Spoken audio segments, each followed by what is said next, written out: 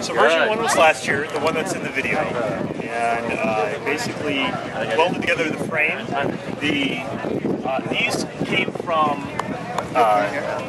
what do you call it, like little dune buggies. So there are two axles. I had to chop off the axles, bought these pillow block bearings, and then I had to mill down the axles to fit over the bearings. That gave the basic, mechanism there. Last year I just had these 3 horsepower motors hooked directly up to there. It wasn't geared down enough. I thought that it would have enough power, 1% on the couch it was, but it was hard to control. And last year I had a Stinger with my son's bicycle wheel in the front. Learned a lesson, never chop your son's bicycle when he's watching. He cries. Then this year I added the second stage of gearing, number 35 chain, into the number 50 chain. I added these shaft encoders on the back of the motors so that the computer can measure how fast each motor is actually turning. It makes it far more controllable. And this is a better motor controller that can full H-bridge, you can reverse, and make the motors go forward.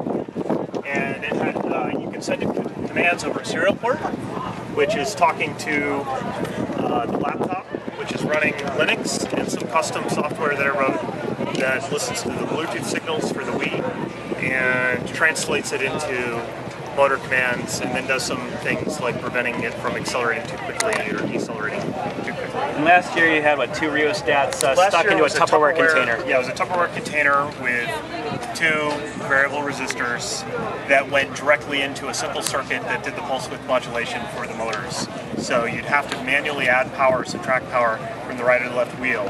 And what I discovered is that when you're starting up, you need to add a lot of power, but then that wheel will take off and the other wheel hasn't necessarily started. So you'd spin, and you had to be really on top of it. It was hard to drive. But this year the computer does all the work, so you can, it keeps it going straight or turning the way you want. And I can let anybody drive it. So that's almost anybody. Almost anybody. And then let's see, so for lighting, we added a small inverter here, 400 watt inverter for the 110 volt system, and a 10 amp 5 volt power supply for some of the other lighting, like the party lights that you added on the back, the sound sensitive party lights. And then here we just rigged in your guitar amp directly into this battery, so 12 volt power supply there. That's the gist of it. Big lesson.